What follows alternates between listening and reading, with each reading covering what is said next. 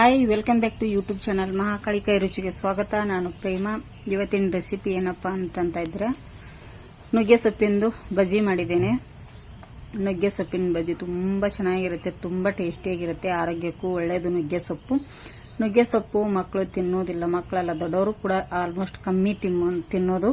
ಈ ತರ ಬಜ್ಜಿ ಮಾಡಿಕೊಟ್ರೆ ಎಲ್ಲರೂ ತಿಂತಾರೆ ಖುಷಿಪಟ್ಟು. ನೀವು ಒಂದ್ಸತಿ ಮನೆಯಲ್ಲಿ ಟ್ರೈ ಮಾಡಿ, ಹೇಗೆ ಬಂದಿದೆ ಅಂತೇಳಿ ಕಮೆಂಟ್ ಕೂಡ ಮಾಡಿ ಹೇಳಿ.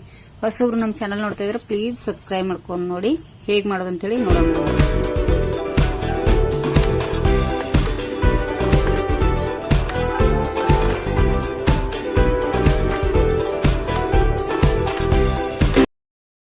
ನೋಡಿ, ಇಲ್ಲಿ ನುಗ್ಗೆ ಸೊಪ್ಪಿದು. ನುಗ್ಗೆ ಸೊಪ್ಪನ್ನು ಸಣ್ಣದಾಗಿ ಕಟ್ ಮಾಡಿ ಕ್ಲೀನ್ ಮಾಡಿ ತೊಳೆದಿಟ್ಟಿದ್ದೀನಿ ಫ್ರೆಂಡ್ಸ. ಇದಕ್ಕೆ ನಾನೀಗ ಒಂದು ಈರುಳ್ಳಿ ಸಣ್ಣದಾಗಿ ಕಟ್ ಮಾಡಿ ಹಾಕ್ತಾ ಇದ್ದೀನಿ. ನುಗ್ಗೆ ಸೊಪ್ಪಿಂದು ಬಜ್ಜಿ ಮಾಡೋದ್ರಿಂದ ತುಂಬ ಚೆನ್ನಾಗಿರುತ್ತೆ, ಮಕ್ಕಳಿಗೂ ಕೂಡ ತುಂಬ ಇಷ್ಟ ಆಗುತ್ತೆ. ಸ್ವಲ್ಪ ಕಾಯಿ ಮೆಣಸು ಕುಟ್ಟಿ ರೆಡಿ ಮಾಡಿ ಇಟ್ಟಿರೋವಂಥದ್ದು. ನಾನು ಕುಟ್ಟಿಟ್ಟಿದ್ದೇನೆ ಕಾಯಿ ಮೆಣಸನ್ನು. ಇಲ್ಲಿ ಹೋಳಿ ಹಾಕ್ತಾ ಇಲ್ಲ, ಮಕ್ಕಳು ತಿಂತಾರೆ ಅಂಥೇಳಿ.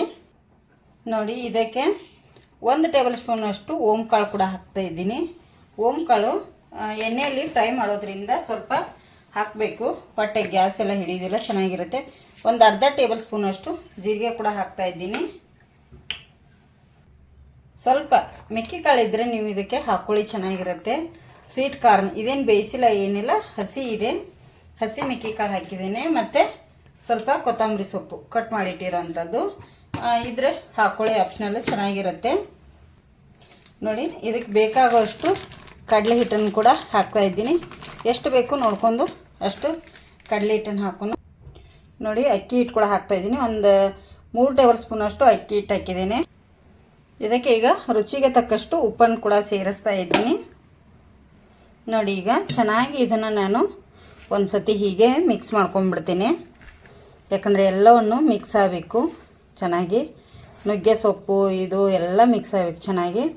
ಈಗ ಇದಕ್ಕೆ ಬೇಕಾಗುವಷ್ಟು ನೀರು ಹಾಕಿ ಇಲ್ಲಿ ನಾನು ಕಲಿಸ್ತೇನೆ. ತುಂಬ ಮೆದು ಮಾಡಲಿಕ್ಕೆ ಹೋಗಬೇಡಿ, ಟೇಸ್ಟು ಚೆನ್ನಾಗಿ ಬರೋದಿಲ್ಲ. ನುಗ್ಗೆ ಸೊಪ್ಪು ಮಕ್ಕಳು ತಿನ್ನೋದಿಲ್ಲಲ್ಲ, ಈ ಥರ ನಾವು ಬಜ್ಜಿ ಥರ ಮಾಡಿಕೊಟ್ರೆ ಮಕ್ಕಳು ಖುಷಿಪಟ್ಟು ತಿಂತಾರೆ ಫ್ರೆಂಡ್ಸ್, ಚೆನ್ನಾಗಿರುತ್ತೆ. ನೋಡಿ, ಇದಕ್ಕೆ ಹಿಟ್ಟು ಕಮ್ಮಿ ಆದರೆ ನೀವು ಇನ್ನೊಂದು ಸ್ವಲ್ಪ ಕಡಲೆ ಹಿಟ್ಟನ್ನು ಹಾಕ್ಕೋಬೋದು ಇದಕ್ಕೆ ನೋಡಿಕೊಂಡು. ನೋಡಿ ಫ್ರೆಂಡ್ಸ, ಬಜ್ಜಿ ಹಿಟ್ಟು ರೆಡಿಯಾಗಿದೆ. ಇಷ್ಟು ಗಟ್ಟಿ ಇದ್ದರೆ ಸಾಕು. ಈಗ ಎಣ್ಣೆ ಕಾಯ್ಲಿಕ್ಕೆ ಇಡ್ತೇನೆ. ನೋಡಿ, ಇಲ್ಲಿ ಎಣ್ಣೆ ಕೂಡ ಕಾಯ್ಲಿಕ್ಕೆ ಇಟ್ಟಿದೆ, ಎಣ್ಣೆ ಕೂಡ ಕಾದಿದೆ. ಈಗ ಕಲಿಸಿಟ್ಟಿರೋಂಥ ನುಗ್ಗೆ ಸೊಪ್ಪಿನದು ಪಕೋಡ ಹಾಕ್ತೀನಿ. ನೋಡಿ, ನಮಗೆ ಯಾವ ಶೇಪಲ್ಲಿ ಬೇಕು ನೋಡಿ ಆ ಶೇಪಲ್ಲಿ ಹಾಕೊಂಡ್ರೆ ಆಯಿತು. ತುಂಬ ಟೇಸ್ಟಿಯಾಗಿರುತ್ತೆ, ಚೆನ್ನಾಗಿರುತ್ತೆ. ನೋಡಿ, ಇದೇನು ಶೇಪ್ ಬೇಕಂತೇನಿಲ್ಲ, ನಮಗೆ ಹೇಗಿರುತ್ತೆ ಆ ಥರ. ಈರುಳ್ಳಿದೆಲ್ಲ ಬಿಡ್ತೀವಿ ನೋಡಿ, ಆ ಥರ ಬಿಟ್ಟರೆ ಆಯಿತು. ನೋಡಿ, ಎಷ್ಟು ಎಣ್ಣೆಯಲ್ಲಿ ಹಿಡಿತೆ ಅಷ್ಟನ್ನು ಈಗ ಇಲ್ಲಿ ಹಾಕ್ತಾಯಿದ್ದೀನಿ ನಾನು. ತುಂಬ ಟೇಸ್ಟಿಯಾಗಿರುತ್ತೆ, ಅಷ್ಟೇ ಚೆನ್ನಾಗಿ ಕೂಡ ಇರುತ್ತೆ ಇದು. ನೀವು ಒಂದು ಸತಿ ಮನೆಯಲ್ಲಿ ಟ್ರೈ ಮಾಡಿ ಹೇಗೆ ಬಂದಿದೆ ಅಂತೇಳಿ ಕಮೆಂಟ್ ಕೂಡ ಮಾಡಿ ಹೇಳಿ ಫ್ರೆಂಡ್ಸ್. 1-2 ನಿಮಿಷ ಹೀಗೆ ಎಣ್ಣೆಯಲ್ಲಿ ಫ್ರೈ ಆಗಲಿ. ಈಗ ತಿರುಗಿಸ್ಲಿಕ್ಕೆ ಹೋದರೆ ಹಿಟ್ಟು ಸ್ಪೂನಿಗೆ ಅಂಟಿ ಬರುತ್ತೆ. ನೋಡಿ, ಈಗ ತಿರುಗಿಸ್ತೀನಿ, ಒಂದೊಂದಾಗಿ ತಿರುಗಿಸಿ ಹಾಕಬೇಕು ಫ್ರೆಂಡ್ಸ. ನೋಡಿ, ಈ ಥರ ಅವು ಬಿಟ್ಕೊಂಡಿದ್ದಾವೆ ಈಗ ಆಲ್ರೆಡಿ. ಇದಕ್ಕೆ ನಾನಿಲ್ಲಿ ಈರುಳ್ಳಿ ಕೂಡ ಜಾಸ್ತಿ ಹಾಕಿಲ್ಲ, ಸೊಪ್ಪನ್ನೇ ಹಾಕಿದ್ದೇನೆ ಜಾಸ್ತಿನೇ. ಇದರದ್ದು ಪದಾರ್ಥ ಅದೆಲ್ಲ ಮಾಡ್ತಾರಲ್ಲ ಫ್ರೆಂಡ್ಸ, ಪದಾರ್ಥ ಆಯಿತು, ಪರೋಟ ಆಯಿತು, ಮತ್ತು ಚಟ್ನಿ ಕೂಡ ಮಾಡ್ತಾರೆ. ನೋಡಿ, ಈಗ ದೋಸೆ ಕೂಡ ಆಗ್ತದೆ. ಆರೋಗ್ಯಕ್ಕೆ ಯಾವುದು ಒಳ್ಳೆಯದೋ ಅದನ್ನು ನಾವು ಮಾಡ್ಕೋಬೇಕು.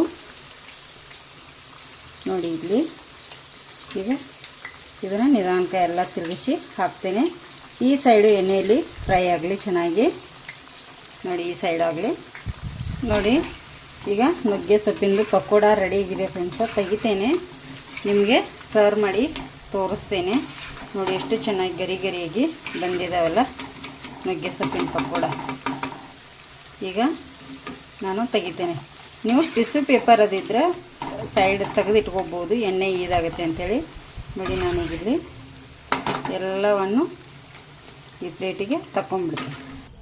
ನೋಡಿ, ನುಗ್ಗೆ ಸೊಪ್ಪಿನ ಬಜ್ಜಿ ಎಷ್ಟು ಚೆನ್ನಾಗಿ ಎಷ್ಟು ಟೇಸ್ಟಿಯಾಗಿ ಬಂದಿದೆ ಅಂದರೆ ತುಂಬ ಟೇಸ್ಟಿಯಾಗಿದೆ, ಸಖತ್ತಾಗಿ ಬಂದಿದೆ. ತುಂಬ ಗರಿ ಗರಿಯಾಗಿ ಅಷ್ಟೇ ಒಳಗಡೆ ಸಾಫ್ಟಾಗಿ ತುಂಬ ಚೆನ್ನಾಗಿ ಬಂದಿದೆ. ಟೇಸ್ಟ್ ಅಂತೂ ಸೂಪರಾಗಿದೆ. ಈ ಥರ ನಾವು ಮಕ್ಕಳಿಗೆ ಆಗಲಿ ದೊಡ್ಡವರಿಗೆ ಆಗಲಿ ಮಾಡಿಕೊಟ್ರೆ ನುಗ್ಗೆ ಸೊಪ್ಪು ಅನ್ನೋದೇ ಗೊತ್ತಾಗಲ್ಲ, ಏನೋ ಬಜ್ಜಿ ಮಾಡಿದ್ದಾರೆ ಅಂಥೇಳಿ ಇಷ್ಟಪಟ್ಟು ಎಲ್ಲರೂ ತಿಂತಾರೆ.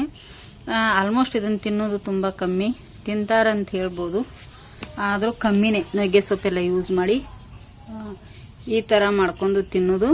ನೀವು ಒಂದ್ಸತಿ ಮನೆ ಟ್ರೈ ಮಾಡಿ.